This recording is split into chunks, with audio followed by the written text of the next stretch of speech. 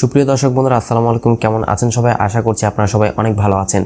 আজকের ভিডিওতে আমরা Realme C35 এবং Redmi Note 11 এই দুইটি ফোনের মধ্যে একটি কম্পেয়ার ভিডিও তৈরি করব। তো এখানে হয়তো অনেকের মনে প্রশ্ন আসতে পারে যে ভাই Realme C35 ফোনটি তো বাংলাদেশে এখনো পর্যন্ত লঞ্চই হয়নি, এই ফোনটি কিন্তু দেশের বাজারে ভেরি সুন লঞ্চ হবে। কবে লঞ্চ হবে এই ভিডিওতে অবশ্যই শেয়ার করব।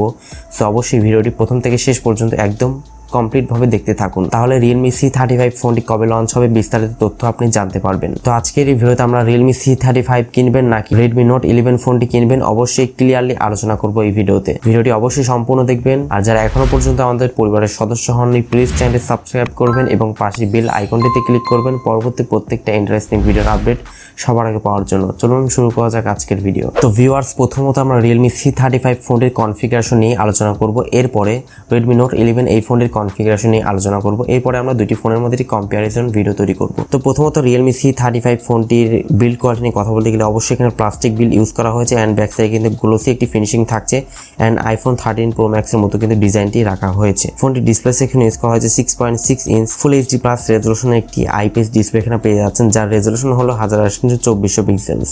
এর পিপিআই ডেনসিটি হচ্ছে 401 20:9 এক্সপেক্টেড রেশিও। এই ফোনটির পারফরম্যান্স সেকশন ইউজ করা হয়েছে Android 11 এর সুবিধা এবং এর চিপসেট হিসেবে থাকছে UniSoC টাইগার T616 এর একটি 12 ন্যানোমিটারের আর্কিটেকচার বিল্ড কয়েকটি প্রসেসর এখানে পেয়ে যাচ্ছেন এবং এর জিপিইউ হচ্ছে Mali G57।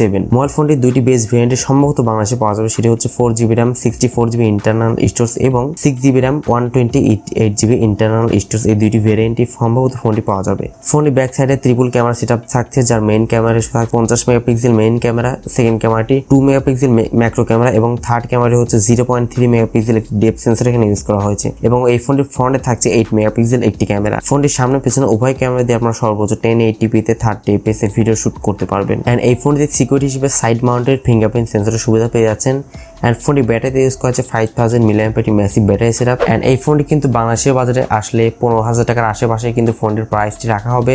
ফোনটি বাংলাদেশে কবে আসবে অবশ্যই ভিডিওটি সম্পূর্ণ দেখতে থাকুন, ভিডিওর কোনো অংশে আমরা আলোচনা করব। প্রিয় দর্শক, এবার আমরা Redmi Note 11 এই ফোনটির কনফিগারেশন নিয়ে আলোচনা করব। তার আগে অবশ্যই এই ভিডিওটি একটি লাইক দিবেন, আপনাদের জন্য এত কষ্ট করে ভিডিও তৈরি করি, অবশ্যই একটি লাইক এবং চ্যানেল নতুন হয়ে থাকলে অবশ্যই সাবস্ক্রাইব করে রাখবেন। Redmi Note 11 এই ফোনটি কিন্তু দেখতে আমার কাছে মোটামুটি ভালোই মনে হচ্ছে। ব্যাক সাইডে কিন্তু কোয়াড ক্যামেরা সেটআপ থাকছে এন্ড ফ্রন্টে একটি মিডল পাঞ্চল ক্যামেরা ইউজ করা হয়েছে। তো ওভারঅল ফোনটির বিল্ড কোয়ালিটি এন্ড লুকস কিন্তু আমার কাছে অনেকটাই ভালো মনে হয়েছে। স্মার্টফোনটির ডিসপ্লেতে ইউজ করা হয়েছে 6.43 inch full HD plus resolution একটি সুপার অ্যামোলেড ডিসপ্লে এখানে পেয়ে যাচ্ছেন এন্ড এতে কিন্তু 90 Hz এর রিফ্রেশ রেটের সুবিধা কিন্তু দেওয়া হয়েছে এবং এর প্রোটেকশন হিসেবে থাকছে কর্নিং গোরিলা গ্লাস 3 এর প্রোটেকশন। ফোনের পারফরম্যান্স সেকশনে কথা বলতে গেলে এখানে পেয়ে যাচ্ছেন Android 11 এর সুবিধা এবং এর MIUI হচ্ছে 13 এখানে ইউজ করা হয়েছে। প্রসেসর সেকশনে ইউজ করা হয়েছে স্ন্যাপড্রাগনের 680 এর একটি 6 ন্যানোমিটার আর্কিটেকচার বিল্ড করা একটি 4G চিপ এখানে ইউজ করা হয়েছে এবং এর Adreno হচ্ছে 610। ফোনটিতে 6GB RAM থাকছে এবং 128GB ইন্টারনাল স্টোরেজ থাকছে। এই ফোনটি ব্যাক সাইডে থাকছে কোয়াড ক্যামেরা সেটআপ, যার মেইন ক্যামেরা থাকছে 50 মেগাপিক্সেল মেইন ক্যামেরা, সেকেন্ড ক্যামেরাটি 8 megapixel ultra wide sensor, third ক্যামেরাটি 2 মেগাপিক্সেল ম্যাক্রো ক্যামেরা এবং চতুর্থ ক্যামেরাটি হচ্ছে 2 মেগাপিক্সেল ডেপথ সেন্সর এখানে ইউজ করা হয়েছে এবং এই ফোনটির ফ্রন্টে থাকছে 13 মেগাপিক্সেল একটি ক্যামেরা। ফোনটির সামনে পেছনে উভয় ক্যামেরা দিয়ে আপনারা সর্বোচ্চ 1080p তে 30 fps এ ভিডিও শুট করতে পারবেন এন্ড এই ফোনটির সিকিউরিটি হিসেবে কিন্তু আপনারা সাইড মাউন্টেড ফিঙ্গারপ্রিন্ট সেন্সরের সুবিধা কিন্তু পেয়ে যাচ্ছেন। অ্যাট লাস্ট ফোনটির ব্যাটারি নিয়ে কথা বলতে গেলে ফোনটির ব্যাটারিতে ইউজ করা হচ্ছে 5000 mAh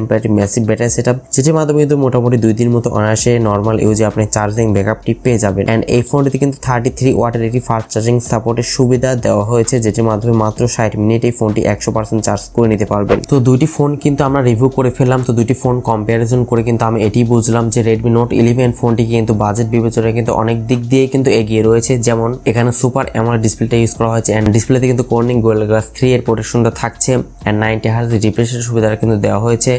পাশাপাশি ব্যাটারি ব্যাকআপটাও ভালো এন্ড মূল কথা এখানে প্রসেসরটা কিন্তু অনেকটাই ভালো প্রসেসর এখানে ইউজ করা হয়েছে, গেমিংয়ের ক্ষেত্রে অনেকটাই কাজে আসবে এন্ড ফোনটি ব্যাক সাইডে কিন্তু কোয়াড ক্যামেরা সেটআপ থাকছে, 50 মেগাপিক্সেল মেইন ক্যামেরা কিন্তু থাকছে। তো ক্যামেরার দিক দিয়ে, ব্যাটারি ব্যাকআপের দিক দিয়ে এন্ড পারফরম্যান্সের দিক দিয়ে সব দিক দিয়ে কিন্তু এগিয়ে থাকবে Redmi Note 11 এই মোবাইল ফোনটি। তো আমি আপনাদের সাজেস্ট করব, আপনি যদি বাজেট যদি 15000 টাকা হয়ে থাকে আপনি Realme C35 ফোনটি না নিয়ে আপনি Redmi Note 11 এই ফোনটি অনায়াসে কিন্তু কিনতে পারবেন।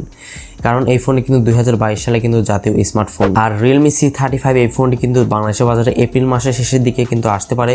যদি শেষের দিকে না আসে তাহলে মার্চ মাসের প্রথম দিকে এই ফোনটি কিন্তু বাংলাদেশের বাজারে অ্যাভেলেবেল হয়ে যাবে। আশা করছি বিষয়টা আপনারা বুঝতে পেরেছেন। তো ভিডিওটি ভালো লাগলে অবশ্যই একটি লাইক দিবেন, কমেন্টস করে আপনার মূল্যবান মতামত জানাবেন। আর এই চ্যানেলে নতুন এসে থাকলে অবশ্যই চ্যানেলটি সাবস্ক্রাইব করে রাখবেন।